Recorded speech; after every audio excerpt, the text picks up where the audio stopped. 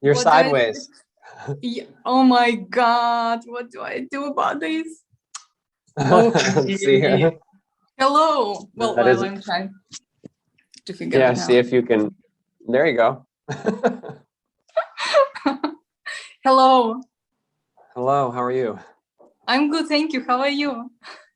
Fantastic. Living the human dream. I We are would all like, very brave. We are all very brave for being here.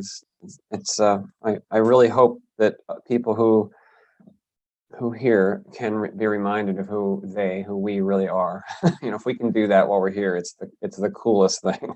You know, we really can use this life so much for the better if we have some sense about who we really are. I feel, because we can be more loving and we can be more fearless and we can grab life. You know, we don't have to be afraid. that's something I'm going to explore with you today. Okay. Great. Wonderful. Was that a particular moment, or you always remembered something since childhood? How those, like, what's that? Can you please tell me about that? Yeah, I had no memory at all of my pre-human life between the ages of like 6 and 30. And at the age of 30, I took up a long-term meditation practice. I was meditating every day, and I didn't expect anything, but I began to have non-physical experiences that were very brief at first, but very eye-opening, you know, very shocking. And as that began to happen, I also began to have this memory return, but I realized I had remembered it when I was a kid and I had forgotten it. You know, I knew it was Right. there before. So it was just like getting uncovered. And, you know, it was so natural. It was not like a big aha thing. It was like, oh, that's always been there. I just didn't notice. You know, it was very normal. Have you asked to remember, or it was No. just, no, you haven't? Yeah, no, I definitely did not ask. In fact, I have actually, I'm thankful that I don't remember more, because the veil is very helpful. Right. And sometimes I've felt called to focus physically so that I can deepen my own veil and be more physically oriented, because having some of that awareness can be very painful. There's a huge contrast between there and here. It's just so big. So it can Huge. really hurt. It can really hurt, you know, to remember some of that. And I just miss it. I just miss it so much. But I know that this is a huge opportunity. So like I miss it so intensely. And some days I catch myself thinking like, oh, I just, you know, I wish I could be done. But immediately I reckon, no, this human experience is such a precious opportunity. And so I really want to use it the best while I'm here. You know, I don't want to forsake it. It is a huge opportunity.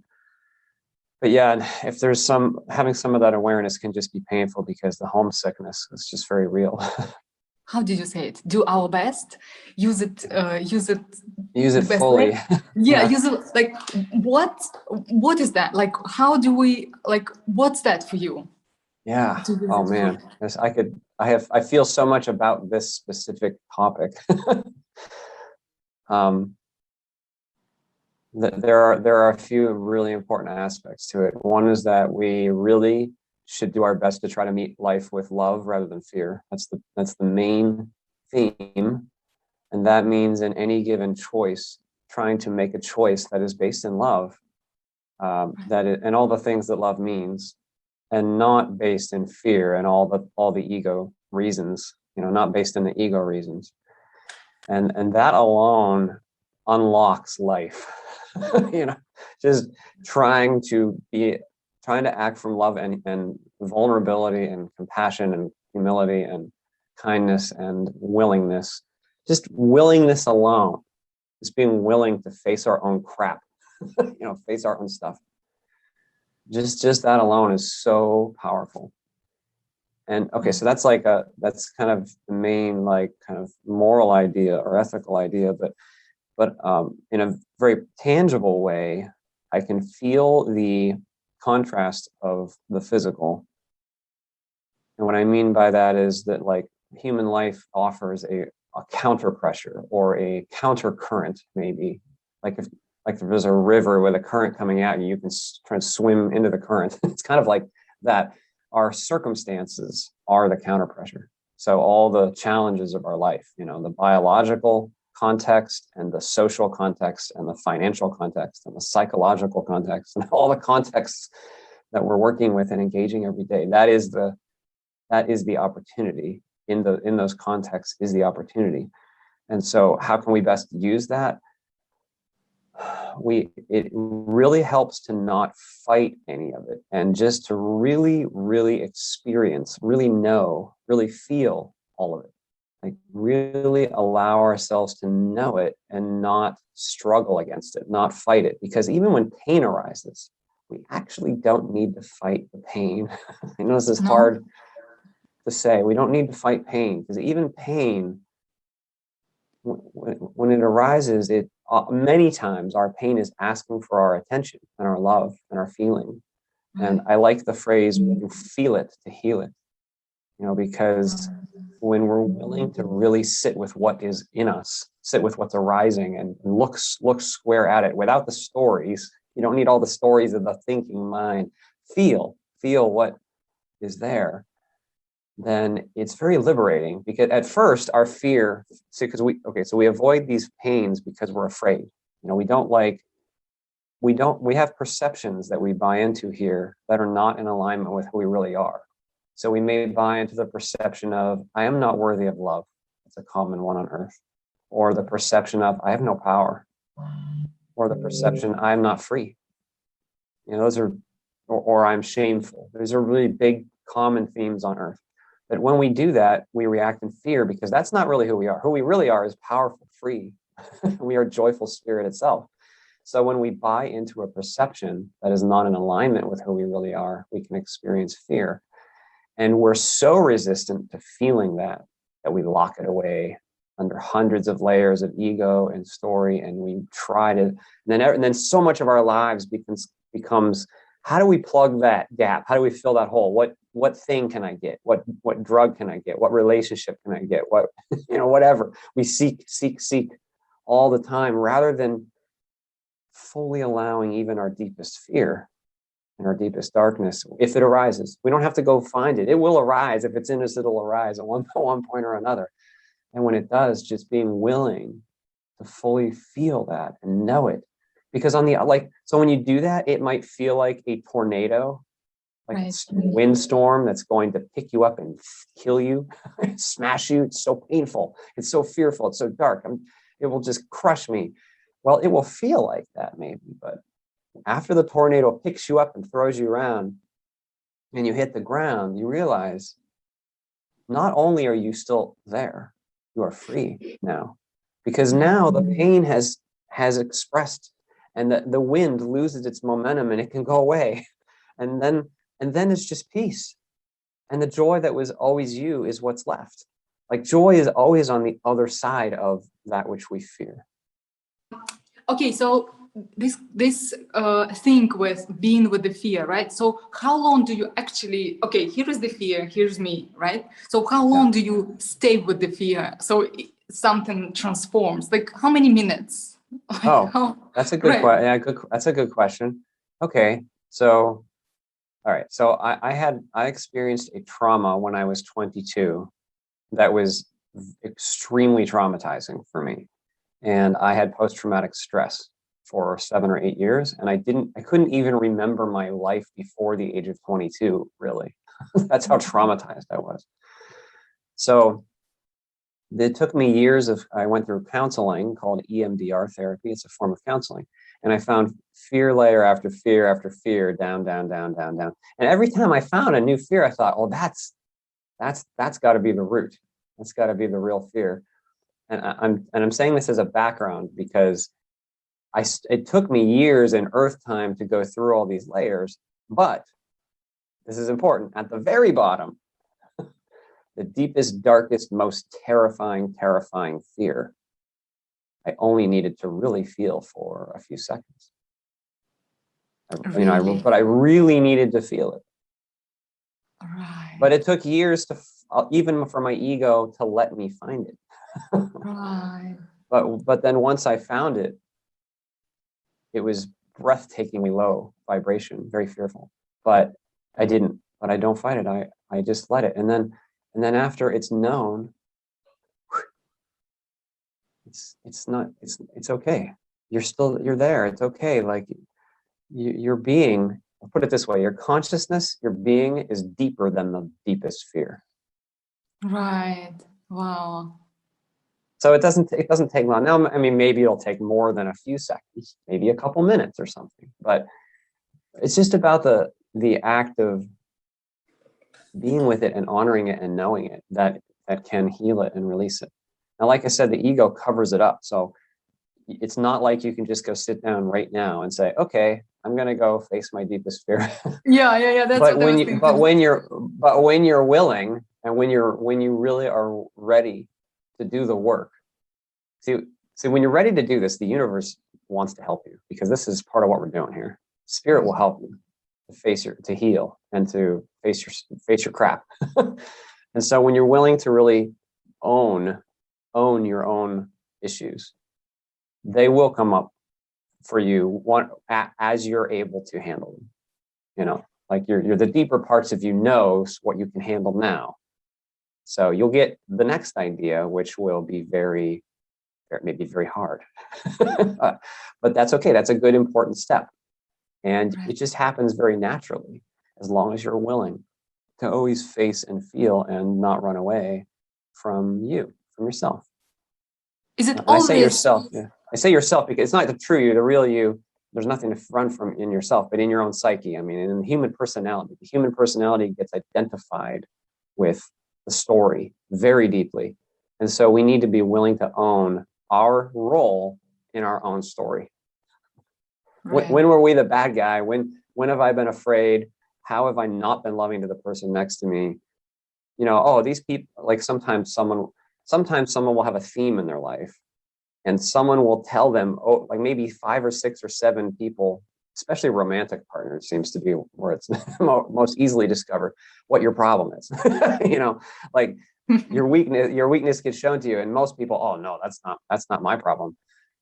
Well, if you really listen and feel and own it, then you'll have the opportunity to do that.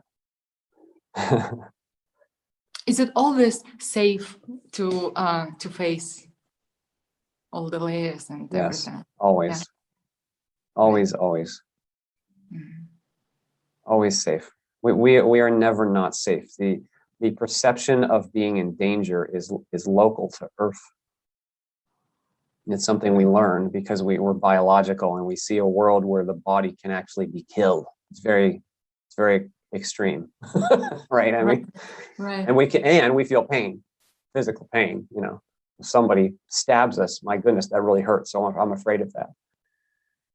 So we live in a world where we're kind of conditioned, not only in our lives, but even in our collective consciousness, even over the course of thousands of years of evolving in this world, we live with the idea of danger very deeply. But truly, there is nothing that is actually harmful to us, who we really are, to our spirit. We can't actually be harmed. We may experience lots of pain temporarily. We may even be deeply damaged human personality for a while. That's possible. Many people get very damaged. But who we really are cannot truly be damaged. Who we really are is always, it's always free and full of all life with a capital L. And we always are healed in the end. There's no such thing as true damage. So because of that, when pain arises, we don't need to be afraid of any of it. Do you remember in your everyday life, like just doing small things, do you remember this, that you are this? I often forget. Often forget. I have a sticky note above my computer, Right. that I wrote on it while I was in a state where I truly knew that this is all an illusion. And I wrote, "It is an illusion," on the sticky note, and I put it above my monitor. And there must have been 200 times since then that I look up and go, "Oh yeah, oh yeah, it's an Wow. illusion." Because I get pulled back in like everybody else. We get pulled in. that's normal. That's the way this world is to be. You know, we are immersed in the human character. I love that you wrote that note from that state, you know, so you kind of get that energy together with the note, because it's not just a sticky note, it's just, Exactly. I love that. I knew that I would forget again. Right, because we all do, right? We all do. I mean, we are all in a state of forgetfulness to some degree while we're on Earth. You know, that's just how, that's like almost required for the Earth experience. Because it's impossible to remember all that freedom, beauty, etc., and go through this, right? Go through this. Yeah, you wouldn't be the human you if you were the larger you. You know, if you want to be the human you have to be the human.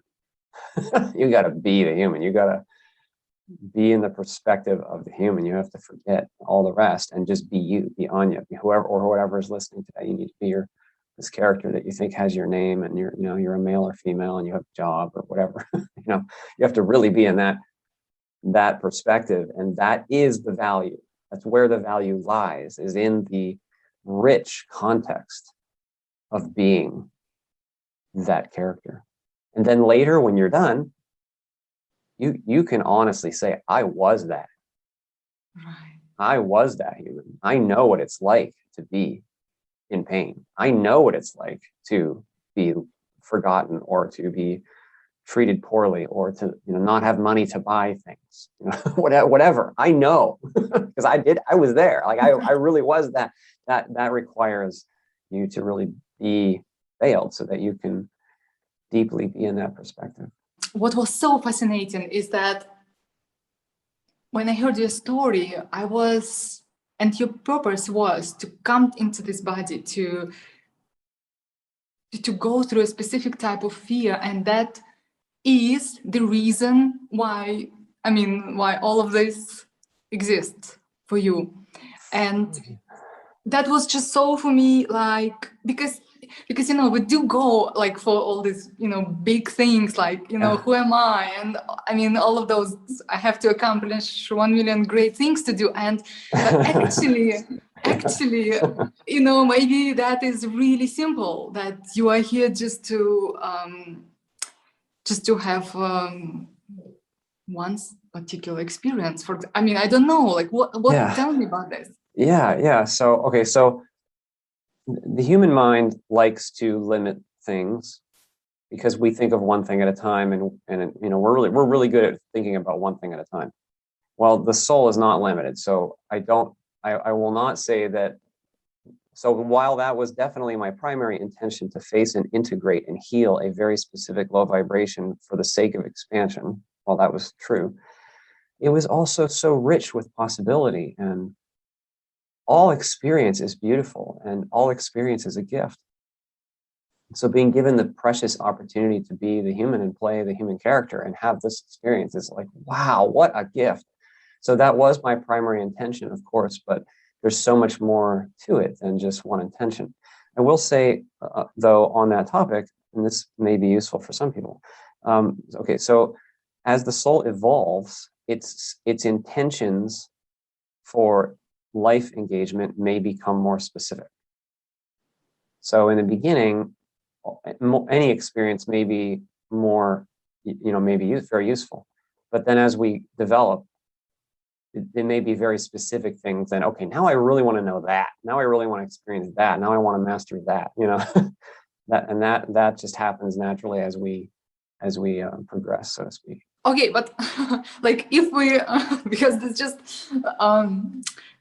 this whole subject of purpose, right? Like, what's that? What is the purpose? What is the purpose, right?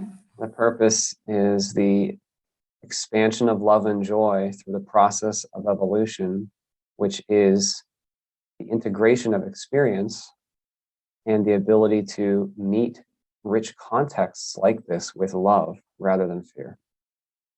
That's one big long sentence, but that's the short, that's the easiest way I can put it. We're here to integrate experience and grow in love.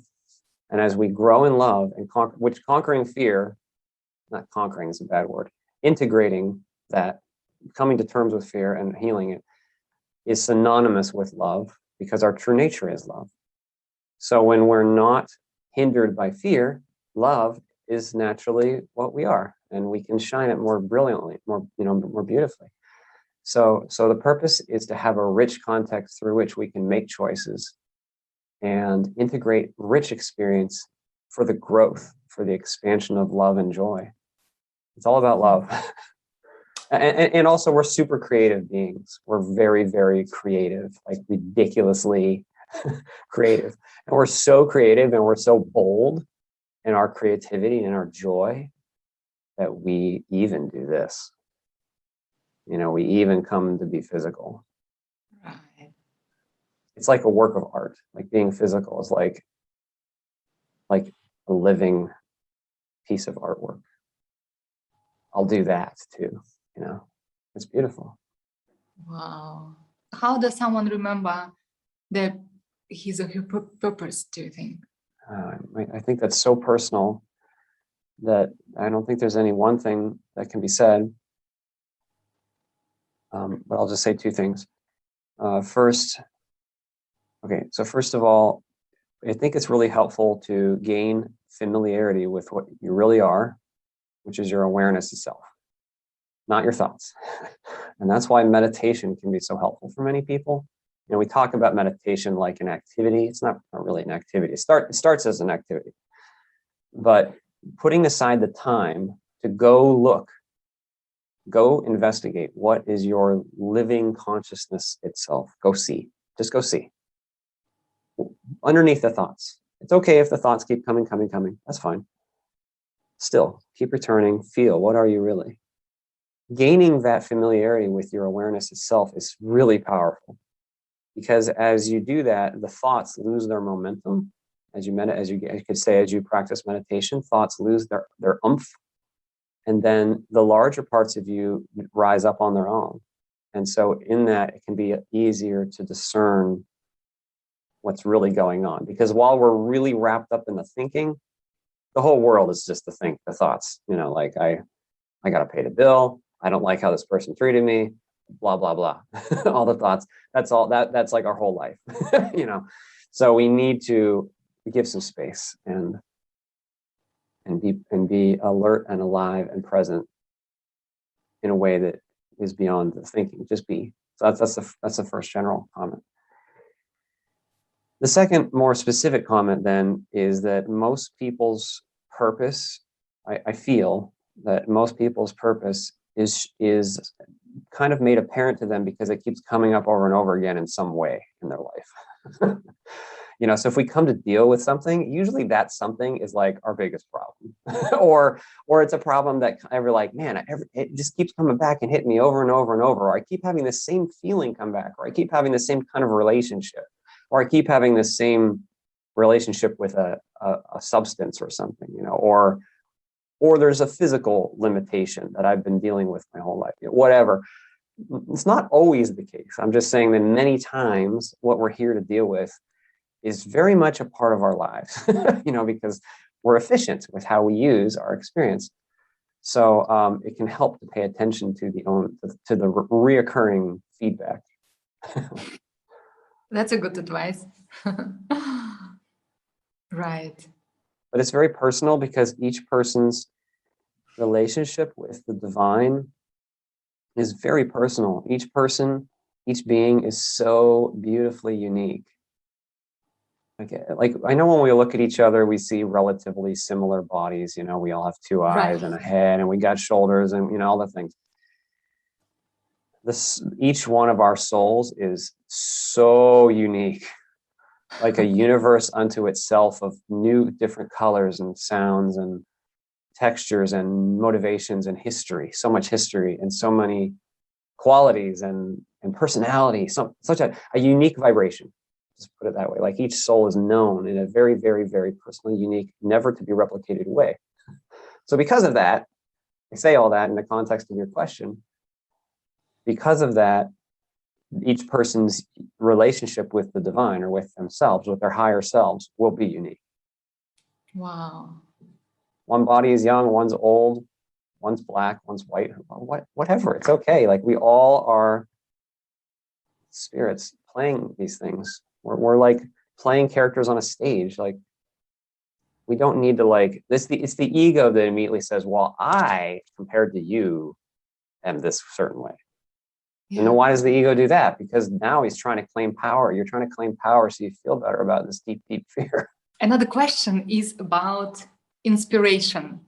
Yeah. I mean, when I heard your story, I was like, gosh, this is just such a beauty of what is inspiration in its very essence. Like, I mean, to be so inspired to, I mean, to do so much for that. Can you can you share me with me like what is inspiration for you and how does it feel and like Yeah. yeah, because I mean I just think that you are the best person to talk about inspiration. Oh, thank you. So inspiration is what we feel when we are connecting back to our true selves. We're reminded of who we really are in a way that, see, because we really want to know and return to the total freedom and joy of what we are. So when we see something that reminds us of that true nature, our true creative nature, some aspect of our true nature, when we're reminded of that, we feel inspired. You know, like you might see a beautiful piece of art or hear a beautiful piece of music. Oh my gosh, music inspires me deeply. You know, I hear music and it's like we are beings of vibration. You know, consciousness engages realities through all sorts of different kinds of vibrations, sound, sight, even sight, you know, of course, is colors, is vibration. So when we feel it in ourselves and we feel a certain vibration, it reminds us, oh, I am that, you know, that's in me. It's beautiful.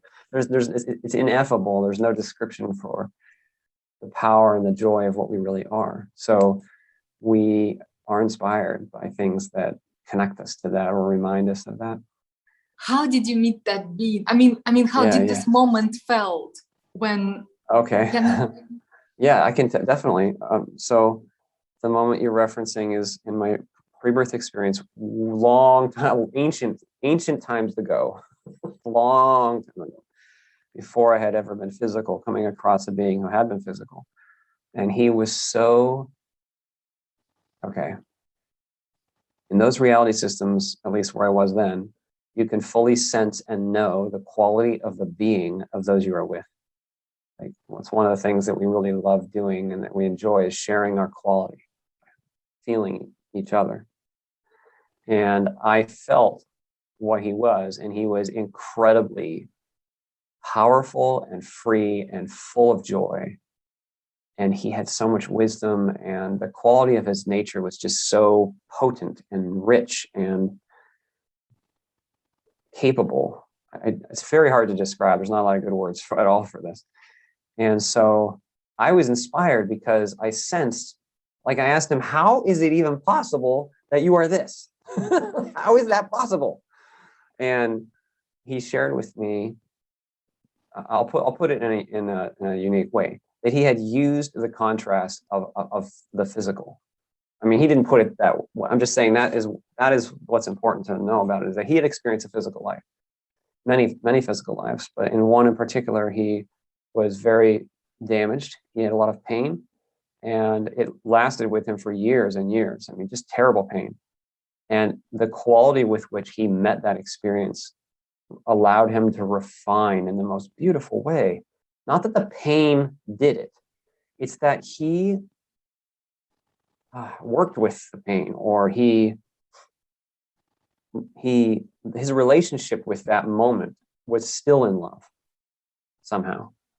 And when he could do that, then what it meant was the substance of who he was refined, because he had okay, it's kind of like, this is a very, very crude metaphor, but it's a very simple metaphor. I think it works okay. If you go for a run, you know, you put stress on your body gets stronger. And then when you go back home, now you are more capable, and you've gone and experienced something that is new. And now the couch is more comfortable in a way that it wasn't before. And you're stronger, you have more stamina, and you have more, like, the body of what you are is just has been grown. And lifting weights is kind of like that. Like, why would you ever lay down and push up a heavy object? Like, why would you ever do that? That sounds crazy. Well, it's because the contrast, the weight, the counter pressure of the weight makes your body respond in a way. So consciousness is kind of like that, where we engage an experience of contrast, and that contrast itself is the counter pressure through which we can grow if we were able to respond in love, and if we were able to accept and integrate that experience. Sometimes we don't do that. Sometimes we respond in fear, and fear takes over, and we resist, and we fight, and we struggle, and then we don't make a lot of progress because this is hard. Earth is super high contrast. But anyway, this being, he most certainly had done that. He grew in the most beautiful way, and I was very inspired, because I was like, I want to do that. I want to do that. I want to be that, feel that, know that. And so that set me down a very, very long path. And I had mentioned this story several times before I heard this, but I'm reminded now of something that Bob Monroe, the famous out-of-body explorer, said. He said something to the effect of, many of us come and begin to go through the physical incarnation process because we come across a being who has graduated from the earth experience, and they're so powerful, and they're so full of knowing and experience that and love and joy, that we say, metaphorically, I'll do anything to do that. Show me, Wow. show me what I'll do. And I relate to that. Like, I remember feeling like, whatever it takes, I want to go through that. Now, of course, now that we're here in the muck, down in the contrast, it's hard, and that was actually, that's something that he communicated to me. At first he kind of, because there the communication is very honest, and there's no like social pretense. There's no politeness. You don't have to be polite. So his message at first was like kind of brushing me off, like that's what they all say. It's hard in a way you don't know. Like communicating, you don't know how hard this is. And but at the time I was like, I'll do it. I don't care how hard it is. I'll do it. I was super excited. I'm here now. We're here now. This life can be hard. I know, very, very hard at times. But it is in that there's so much opportunity. So that was the first inspiration. I'm just trying to speak to your question. When I say the first from my, I shouldn't say the first. That was my first inspiration before my physical incarnations. I existed before that. Does it mean that, like, all the bad things that are happening to us are actually not so bad? They're all opportunities. They're all opportunities. We're not okay. So it's not the right way for us to act in fear and hurt each other. That is not our calling. Our calling is to be loving beings, not fearful beings. I'm saying that first because we're not supposed to make the journey more difficult for each other. We're not supposed to hurt each other. But when challenge arises, it is an opportunity for growth. We can use the contrast when it comes. And it's even okay if we can't. It's even okay if there's a challenge that's too big at the moment.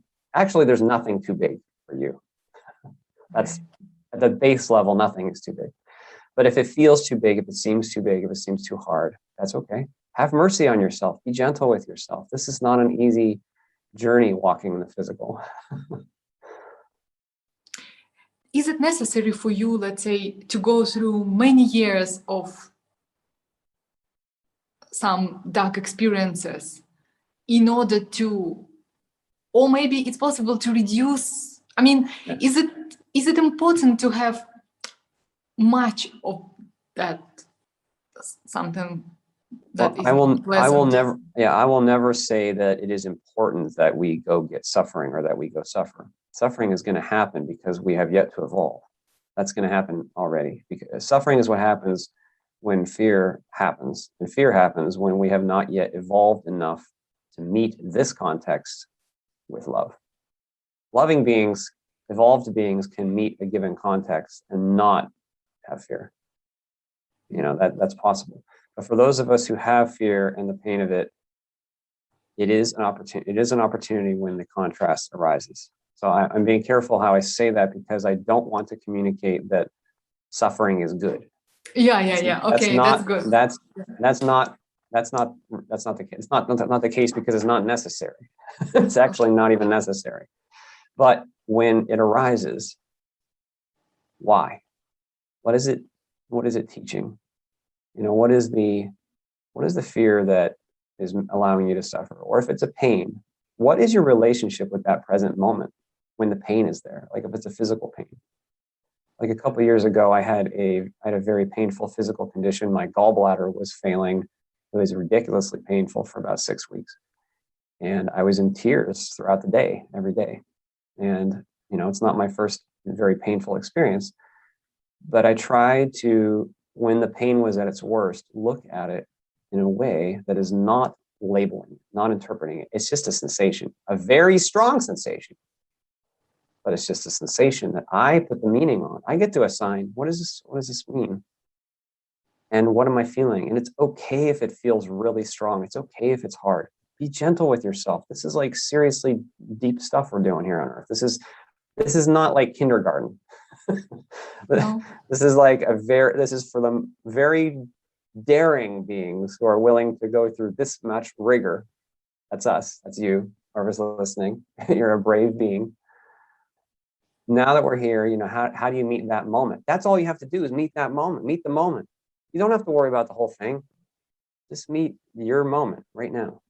If there's some kind of suffering in it, what is your relationship to it? Can you see it without labeling it, without grabbing it? Can you just know it? Can you just let it be in you, of you? If you do that deeply enough, you may and will even find that underneath it all, who you really are, the one that's knowing it, is always of joy and bliss, always. Now, you may not tangibly find that. Of course, I have suffered much, but it is possible to find, when you accept all of it, that all of it is taking place within that which is good and that which is fundamentally of joy. Like, we are always beings of love and joy. You take the darkest person on the earth at their deepest root. They want love. They need love. They are searching for love. They love because they are love.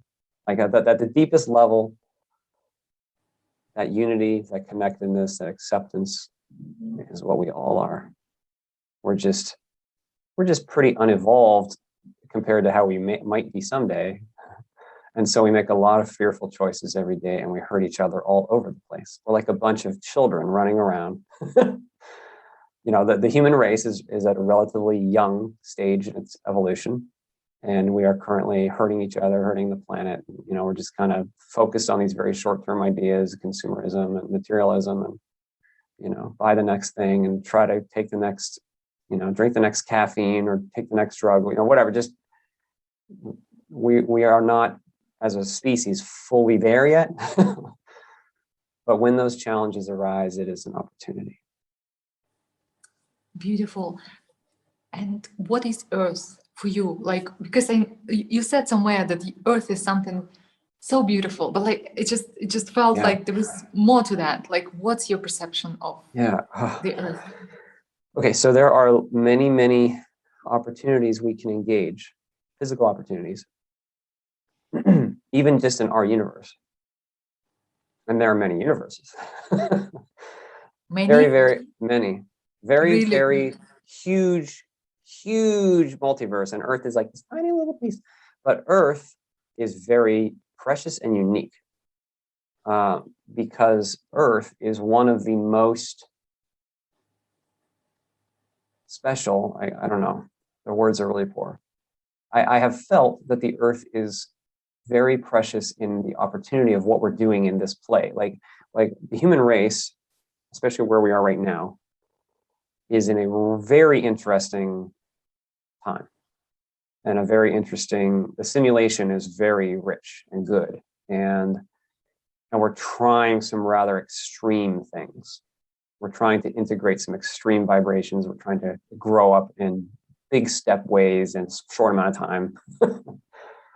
Right. And Earth is the place to do that. So if you are given a chance to play a character on Earth and be a human, it is like the most precious gift. It's like, oh, me, like, wow, really? Like, I get to play? Like, oh my gosh. Like, even though you think there's a lot of humans, there's billions of us. There's way more spirits than there are humans, than there are slots. And so having the chance to play this character is like, it's just so precious, and it's such an opportunity.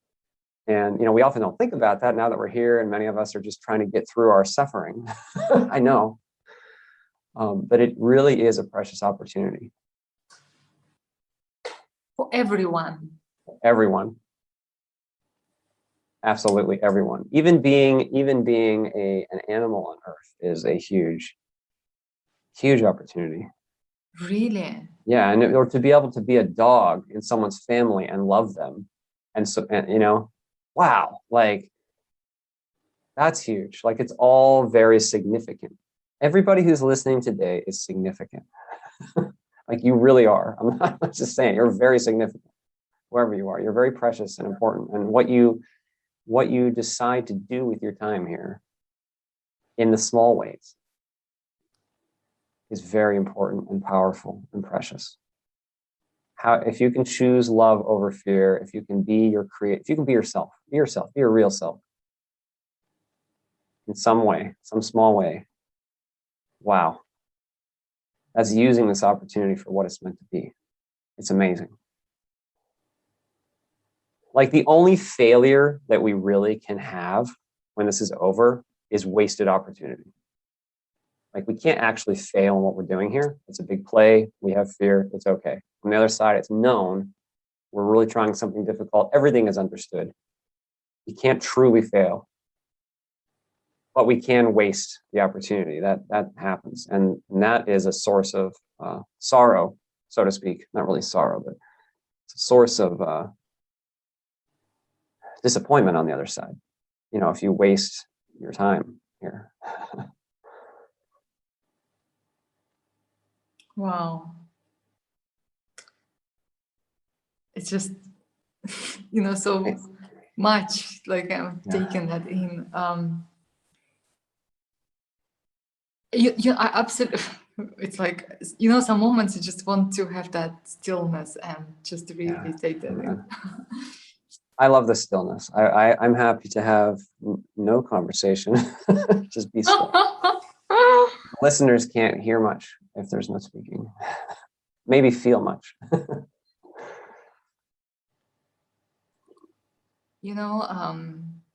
I so love your message about small moments and how it's like, and even you were sharing a story, like how, well, in English I won't be able to say this story as beautifully as you did, but there was a story of someone who was reviewing their life, and then they remembered that it was the whole life, the most beautiful celebrated moment of their life was. Do you want to tell the story? Yeah, when they watered a tree. Yeah. Right. Yeah, I don't. Yeah, I apologize that I don't remember whose NDE this was, because I keep mentioning this. I should probably look it up and remember it. But there was an NDE where a person had a life review, and they were aware of how important it was that they had this one moment when they were young, when their family was on vacation or something, I think they said, and they stopped, and their parents asked them to go take a bucket of water down to a river or a stream and fetch water. And then when they were carrying the bucket of water back to the car, they noticed a dry tree out of their way. And they took the time to go out of their way and dump some of the water onto the tree before making their way back to the car. And they didn't think anything of it, but they did it selflessly. You see, it was just unconditional. It was just, I'm just going to water this tree. That's love. It's beautiful. And like, you don't even need to be with other people to meet a moment with love. The universe can hear you. Consciousness can hear you. You're a part of it. You are it. So So if you can even, you're in your bathroom brushing your teeth, you know, and you have a thought arise, can you be merciful on yourself, and can you love the person for just a moment, recognize how someone is criticizing you? Why are they, you know, feel, I don't know, whatever small way, even in your own heart and mind, that you can choose love is beautiful. Like, we think in big terms while we're human. We think we have to move around all these objects and make money and buy things and own things and write books and all these things. We don't need to do any of that. we just need to be loving. Like, if we can be in love with reality for even some time, we will have fulfilled our purpose. Really? Yeah. Even appreciating a sunset or something like that. And you know, like a question of like, if someone has many gifts and has come here with great potential, does it mean that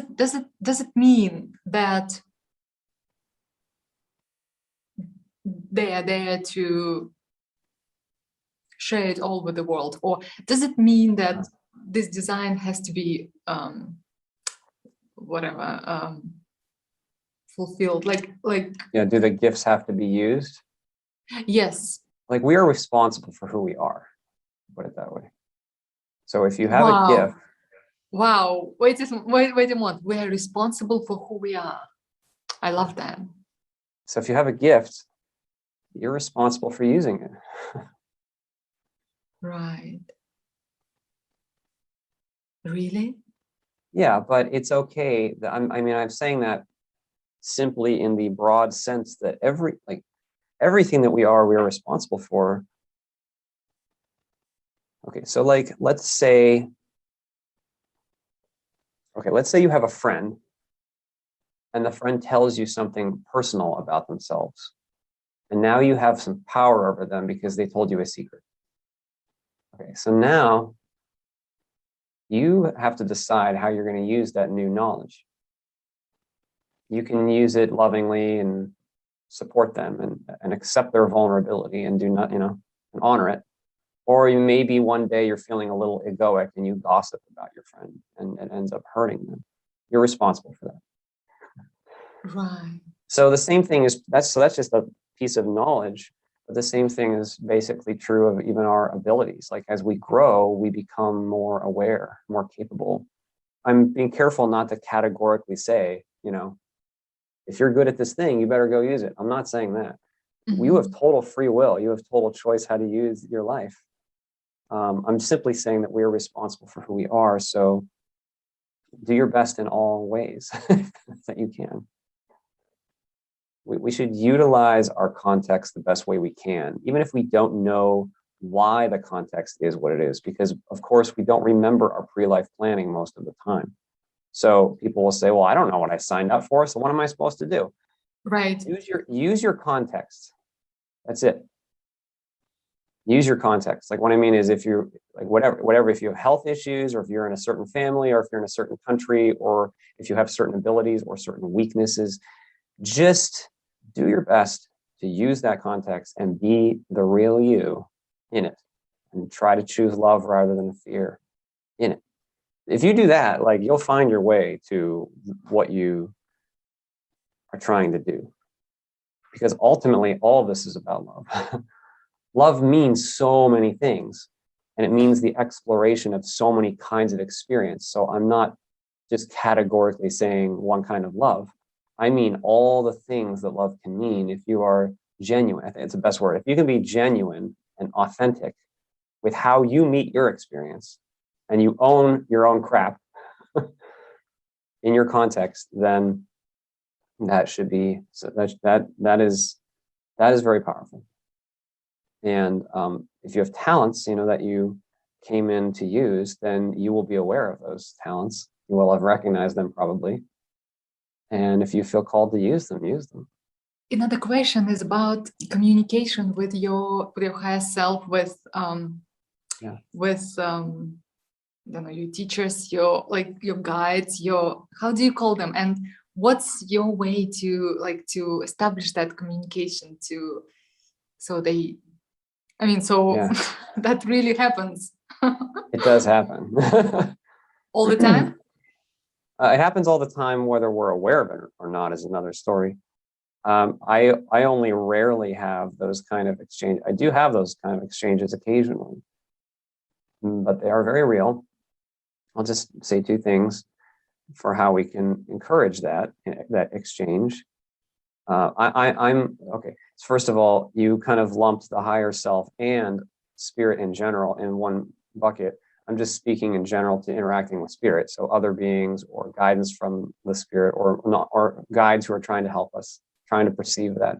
So two thoughts. One, I will re-mention meditation, because if we're like totally listening to our thoughts all day and we're lost in the dreams of thinking, we're not going to get anything because we're too busy associating with the next thing all day long. We're caught up in the thoughts. So if we can spend time letting go of all that, all the thoughts, all the need to listen to the story, don't just give yourself a period of time, 5 minutes or 20 minutes or 40 minutes or an hour, just block off time and just be with your awareness and give yourself permission to let go of the entirety of the story. So as you do that, there's this spaciousness that grows, that you can feel. And in that spaciousness is a space for that communication to happen much more easily, because you're not stuck, lost in the thinking. That's the first thing. The second thing I would say is, okay, vibrationally, we're like super low while we're on Earth in general. But our vibration changes depending on what perspective we are entertaining. So if we're thinking, I'm worthless, I'm powerless, I'm ugly, whatever, then that's a low vibration, and that makes the distance. Okay, let's go this way. If source is here in the realms of, this is just not really how it is, but if source is here in the realms of spirit, or maybe here, and we're all the way out here. So I'll move over a little bit.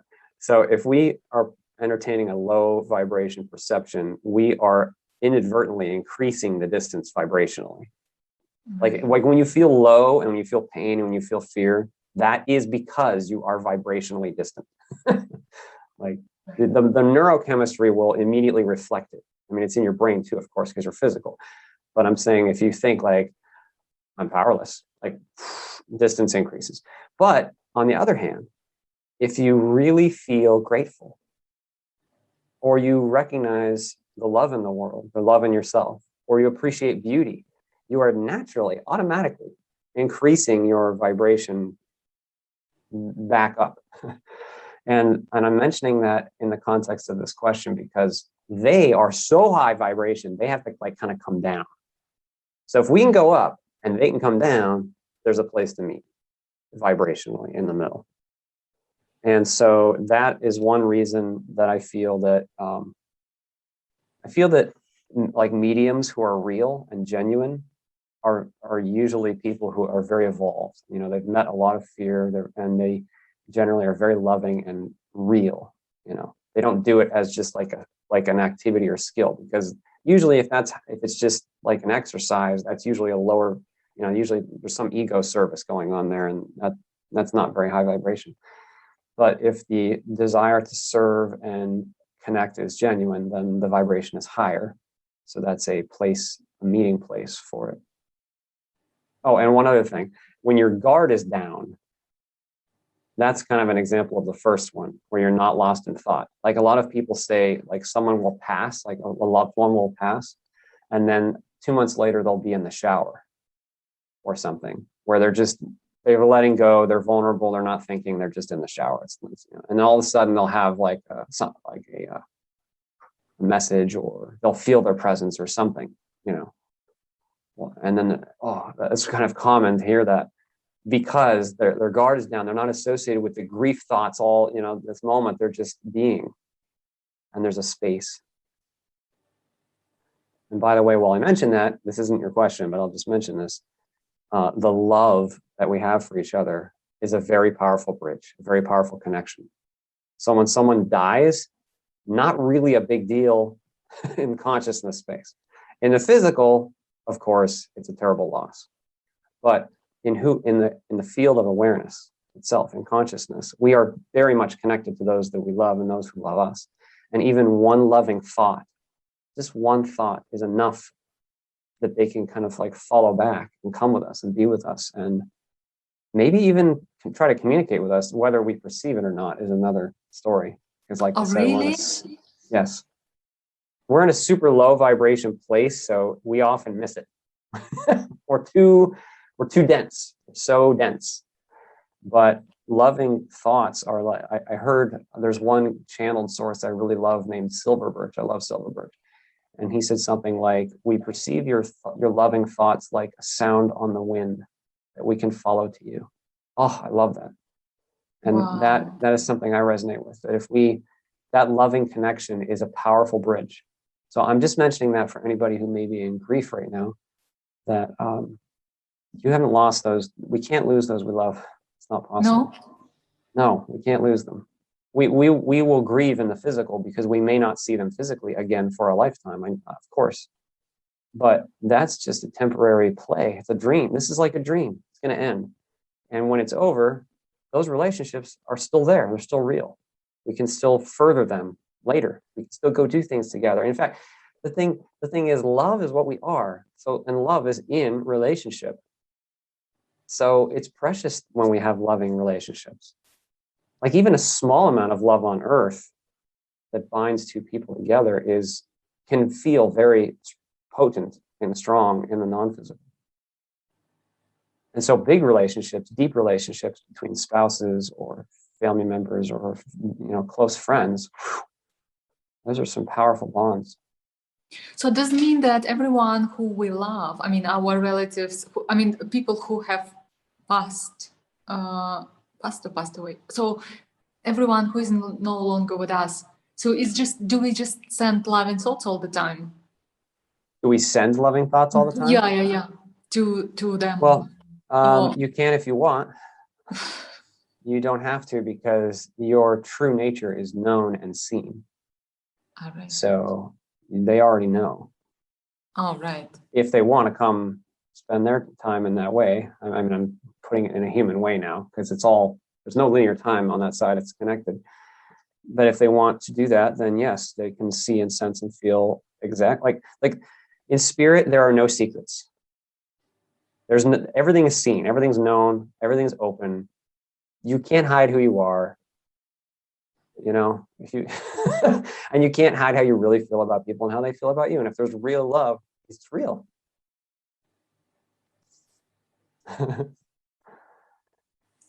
Right.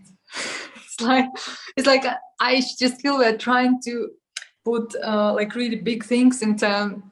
I know. I know. I hate trying to do it because it's trying to take words and shove these things into words. It doesn't work. But still, if someone who's listening can feel maybe what we're talking about, then that's awesome. That raises the vibration, like I was saying.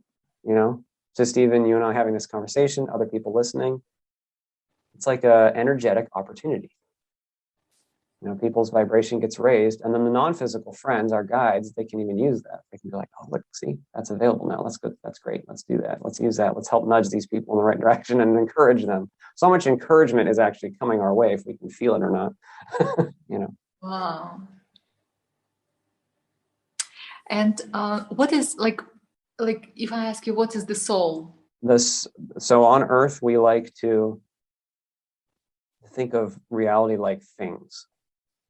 Like there's trees and there's rocks and there's tables and there's houses and cars and bodies. And so if we want to know what one thing, and then there's ideas too, So then we want to know if there's this thing and there's this, what thing is this thing like? Because if I can correlate them, now I know, is it like this or is it like that thing?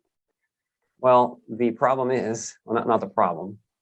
The situation is that consciousness itself, spirit itself, transcends all of the form.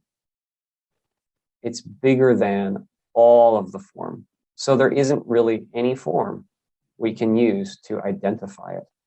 Okay, so but that being said, we'll at least try to use a parable, or not a parable, a metaphor, because metaphors are the best way we can try to talk about these things sometimes. I like the metaphor of the ocean and the drop of water in the ocean. I write about this in my book. If the ocean is all that is, and that's source, and then we are a drop in the ocean. So we are a part of it. Is there really a separation between the drop and the ocean? No. It's a part of the ocean. It can't really be separate. But in the ocean occur all sorts of things. Like if you picture a physical ocean, you have currents and you have changes in salinity and temperature, and there's lots of things happening in the water. But it's all water. And that is like how our reality is. It's all water. It's all consciousness. It's all being experienced by consciousness within consciousness. So what is the soul? The soul is the consciousness. It's the I that is knowing the form. It is the drop in the ocean. I love the Rumi quote. You are not just a drop in the ocean. You are the mighty ocean in the drop. I love that so much. I love it because, you know, we think, well, I'm just a small little human who can't pay their bills, you know, whatever. Or I'm this person with illness, or you know, that's all I am. That's not all you are. You're just having the deep dream of being that for the purposes of love and joy and an expansion of love and joy through evolution. What you really are is one with the whole. We're all one. We're all connected to each other. We are both individuated. That means unique and the whole. And so we just call the individuation a soul. So you, the you that feels like you to you, is your soul. Right. You are the you that feels like you to you, not the human identity, not the human character, not the name, the forms, the feelings, you know, the sense data. You're just experiencing and using those things. And is this something that I'm gonna be with always? I mean, not the form of it, but like the essence. It's like always. It's like I'll know. Okay, so when you ask yourself that question, what answer feels good? Yes, always, because that's the truth. Right. Like if you consider these big spiritual ideas, if it doesn't feel comfortable, something's missing. We resonate with. We feel the best when we consider the most hopeful ideas because they are the truth. They are the root that we've come from. And so, yes, that's not the only reason. I'm just saying that's just a gauge. But the truth feels good, right? The truth, I'm just saying that the truth feels good. The truth always feels good. The ultimate truth. It feels good in a way that's not just ego story. Ego stories can feel a little bit good and they can be tricky. That's not what I'm talking about. I'm talking about deep being level. That's right. You know, that feeling. Right. That is, I'll just say the soul is that individuation, the uniqueness of you is precious. It's precious to the whole, very precious. In fact, you are deeply, deeply, deeply loved. Not just as a generic thing, but because you're you. You are loved. You're just so loved. So of course that's going to be upheld. Of course that individuation is precious. And yes, you'll go on. And when you are past the human experience, then you just are in a much, much, much less constraining environment. You're much more yourself. Like this state of being human is the less you state. You know, where you're bound by the chemistry of the brain and all the limitations and the pains. And that's the weird, that's when you don't feel as much like yourself, but you're still you. I mean, you're you right now. And you'll be even more you when the limitations are let go, when you take off the heavy spacesuit and step out. You're still you. You're just not in the suit anymore. It's so freeing. It's wonderful.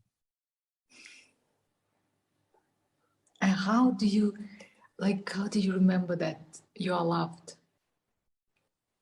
How do I remember, or how do we remember? How do we remember? Because you say this so beautifully. I mean, I know that Just one thing to remember is to listen to you talking about that. It just immediately brings me back into this remembering. But like, Beautiful. how else do we remember that while we're living our lives, that we are so deeply loved? Like, how do we know that? Oh man, that is a very difficult question. Simply because the veil, okay, the veil is organic. The veil is that means the forgetting of, the fact that we've agreed to forget what we are while we're here. The veil is very effective, of course. It's ridiculously effective, but it's also organic, and it's not a hard rule. And so first, I'm just saying, in the context of the question, be reminded that you are already on the other side too. You're already there. Your fullness of who you are is already what you are. It's just that as we get wrapped into the stories of our lives, we believe so deeply in, especially the pain stories, that we don't feel that love actively on the human level anymore. So how can we feel it? And that's a very personal question. Just like I was saying, the soul is so unique. So then is the path of any individual soul back to know who they truly are. It's a very personal, individualized path. But in general, I think some of the other things we've already talked about can be helpful. Meditation can be helpful. Practicing, examining your intention to see it where you're wielding love rather than fear. That can be really helpful, because if you're loving to the person next to you, you will feel love. I mean, right. You know what I mean? Whereas that's actually true, yeah. Whereas if you're being selfish and you're like, trying to protect yourself, that hurts. And thinking itself actually hurts. Thinking all day long, think, that hurts. So that can be helpful to meditation is one, choosing love over fear is another. And then I'd say also, the physical is like a big mirror that reflects back to us what we believe about it. Okay, but it's also a really cool toy, the whole physical world, like a big toy. So you can use the toy. And what I mean is, go play, have fun. Or you see something beautiful, go admire it. Wow, that's beautiful. Go look at that. Go spend time with it. Or you, I don't know, whatever experience you feel like you will most resonate with and brings you excitement, go do that. Because that's okay. That's great. That helps us remember, because when we are acting in love and in freedom, then we remember our love and our freedom.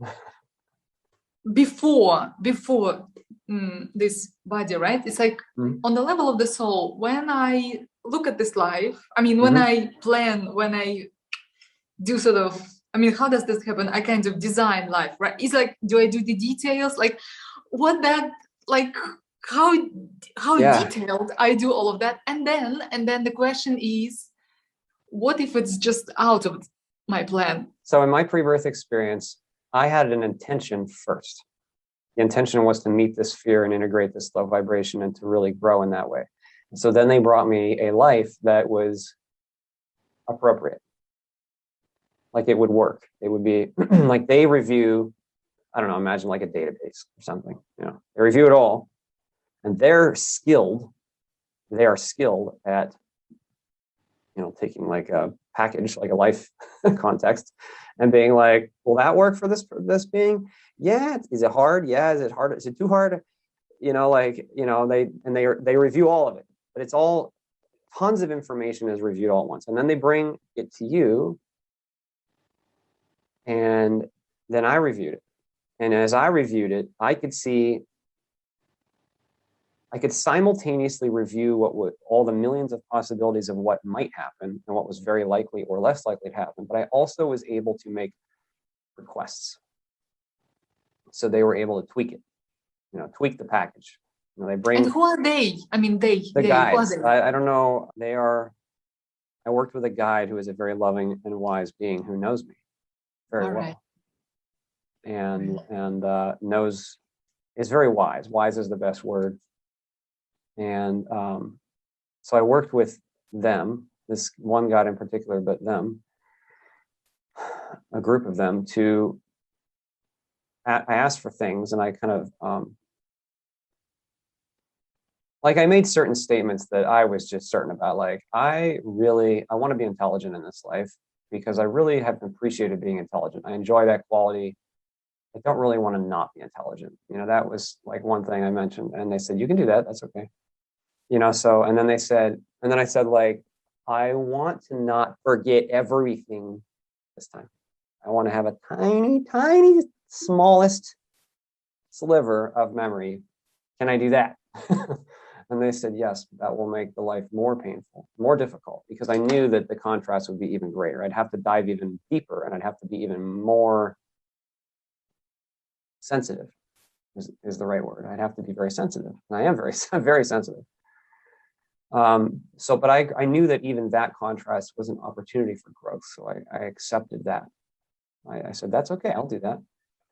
And I knew that this body had a limitation that other bodies don't have, a biological limitation, a genetic limitation that would make my day-to-day experience difficult in a way that it's not for other people. But I knew that that would actually be very useful for me, because I knew that it would kind of pressure my ego or something. It would make sure that I didn't go too far down an ego path, because the day-to-day limitation would humble me, Right. which would be helpful, so that I didn't turn into a monster, you know, that kind of thing. I mean, I'm speaking generally. It's hard to put a lid on these things. I get it completely somehow. Yeah, they're very, okay, good. That's very complex. So it was like a tree being laid on its side with millions of possibilities. And I knew that it was very likely that I would be crushed in my 20s by a trauma. And that happened, as I mentioned. And I also knew that this lifetime, I would be going much further out in a certain experiential direction than I had ever gone. Like past, this is a poor metaphor, but if you imagine, like, I don't know, imagine a home base in the middle, and then you go out into the wilderness, like in different directions from the home base. And then you have little states, like how far you made it out in all these different directions. Something like that. Like, you know, you went that way for 2 miles, and you went that way for 5 miles, and you went that way for 6 miles. It's not exactly like this. I'm just using a metaphor. It was like there was one direction I was going to go that was way past the state that I already had. And I'm there now. Like, I'm at a place now that is very, very much further than what I could previously have tolerated. But I've learned to do it, and I'm trying to. So I reviewed all that context, and so I had some input, but it was like the context existed, the body, the parents. I mean, the life was going to happen, and it didn't have to be me playing this character, but I was a good fit. So, and actually, this life was not as a good of a fit as the previous. It was a previous one that I attempted to use. That I mentioned in my other talk that I inadvertently had ended prematurely because I responded in fear. So this life wasn't as good, but it was good enough. You know, it was good. It was appropriate. It was like, you know, I'm just throwing numbers out there, but if the first one was 99% appropriate, this one's like 86 or 87%, you know, whatever. Not perfect, but it's good. But do you just live this life as it is, and or you create things that maybe were not planned, or yes, like you do. Yeah, you do create things that were not planned. So what you're signing up for is a context, and then once you're in the context, you have free will. And see, that is actually what makes the physical experience so valuable. Actually, is one of the things. There's a lot of things that make it very valuable. But one of the things that makes it so valuable is it provides novelty. What I mean is unanticipated things happen because we're all making choices. And so the system is really good at predicting what's going to happen ahead of time. It's really good. It knows us really well. It knows you really well. It knows me really well. It knows all the information in the whole universe really well. It knows. but the choices are free will. So things can happen it didn't maybe anticipate originally. And then you got to deal with that. And wow, that's exciting. You know what I mean? Because now you got to deal with like something, so life. So then you might make different choices once you're here. Of course, the soul plan is made higher at the soul level, but you as an individual, you are still your soul playing the human character. So if you do it in a deep enough way, we do alter, we do make changes. So yes, we have freedom once we're here. And so it's possible to create so many great things that at the end you're just like, wow, that was even, so my lifetime is even better than my soul has planned. Yeah. Yes, exactly. Yeah, absolutely. I would love that.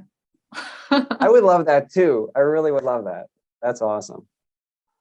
Maybe we're doing it right now together while we're having this conversation. Maybe it will help nudge. Feels like, maybe it will help nudge somebody.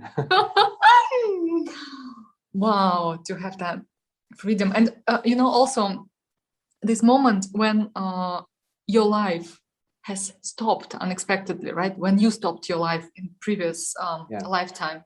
It's an important question. I was thinking about that, like, because many people leave before maybe they are meant to, right? And so does it mean that it's like, let's say, they're depressed and or it's like temporary experiences are so overwhelming, right? And they choose to go. But actually, there is so much beauty was waiting for them just around the corner, for example, right? And meeting people, meeting all opportunities, like having so many contracts. Like how, like, tell me about that. Like I said, novelty is valuable.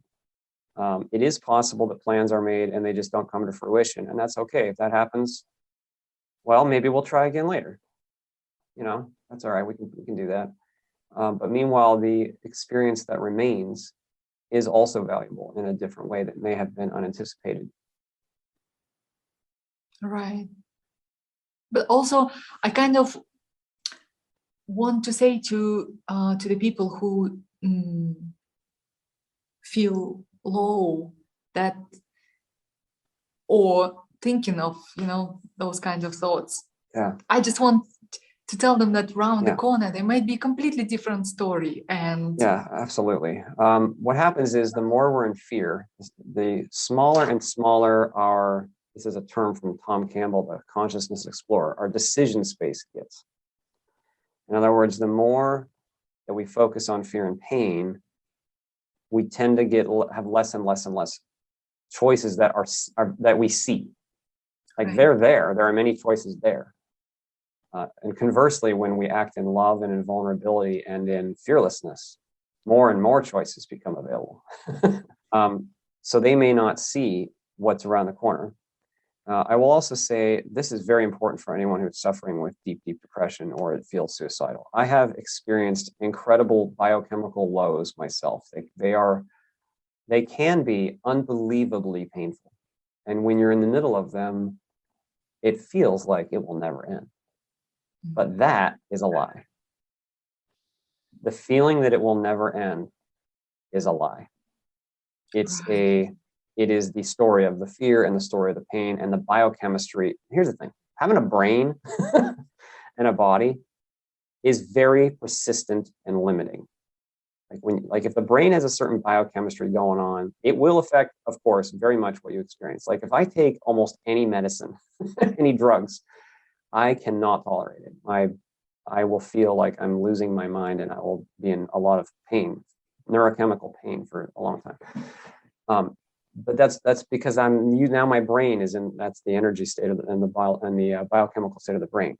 But I want to communicate to anyone who's in that deep, deep pain, it is not who you are. The pain is an experience you are having. There's a big difference there. And the you that is experiencing the pain can and will experience other much more wonderful things past the pain. And it takes, I'm not making light of it. I know how deeply painful it can be. And I even understand, I do not condone suicide. Suicide is not the way out. It's not. But I understand how people would reach that point. you know, when the pain seems like there's no escape. But as you pointed out, there is always beautiful opportunity there waiting for us at every moment.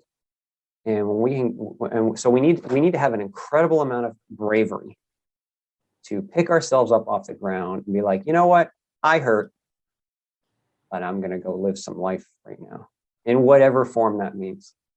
Maybe the only thing you have the strength to do is watch a TV show. That's okay. You know, like spirit, no, you're, it's okay if your context is very limiting. That's totally okay.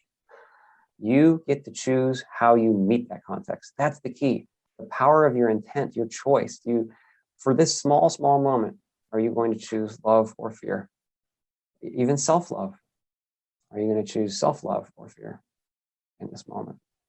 And if we can do that, what happens is we begin to change the momentum back towards the freedom and love, one bit at a time.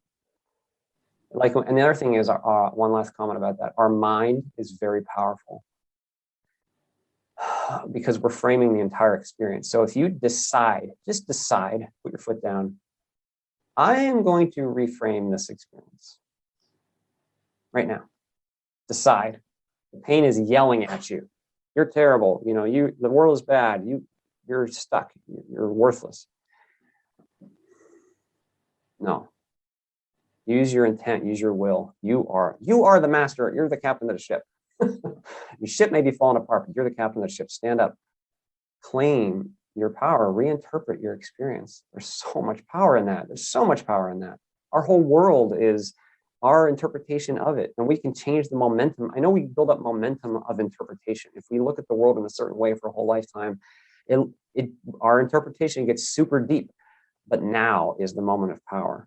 Now is the time you can change that interpretation and start a new momentum towards whatever new person is around the corner or whatever new joy is there waiting for you.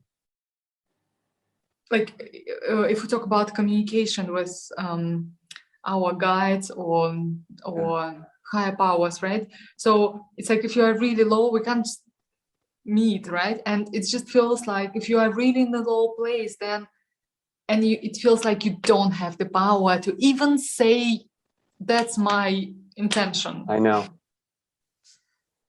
but it may feel like that, but that's after thousands of deepenings of that type of perspective, whether someone else put it upon you or whether you put it upon yourself. You always have that point of power to choose something more free and exciting or fun or relaxed or not judgmental or loving or whatever the pause, you know, you get to choose how you meet and how you frame any choice, no matter what it is. Right. That's the rule. That's it. That's it. You get to choose. Like, do you choose love or fear in any, when I say the word intent, I don't just mean a goal of action. Right. I'm talking about the movement of consciousness itself. How do you meet your moment? That's what I'm talking about. The deepest level. How are you meeting your moment? The choices then are decisions we make within the context. That's kind of subsequent. What's first is we intend, and then through our intention, we pick choices, we make choices. But the intention is first. Deep intention. Beautiful. Beautiful, Christian. It is beautiful. No, I'm really enjoying our conversation. I really appreciate it. You shine brightly. I hope you can affect many people in a positive way. Thank you. It's just so inspiring for me to speak with you because of everything you are and what you share and your message. And you know, I opened your book and I'm like, gosh, there is so much, you know, it just felt like electricity, and that's something I'm looking forward to. Thank you. I feel that every one of us here is a deeply brave, wonderful being. We're all brothers and sisters, every one of us. We just are. Like every person on the street, every person we meet is powerful and good and loving. If we can remind a few people of that, That's powerful stuff. My last question. If there was such a thing as the soul's code, right? Uh-huh. What do you think it could be?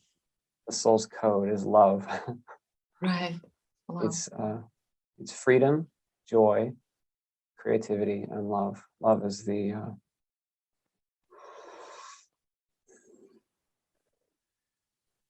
endless love, boundless freedom, pure joy. That's the code of the soul. That's what we are. So can we do that here? That's the question. That's the question. Thank you.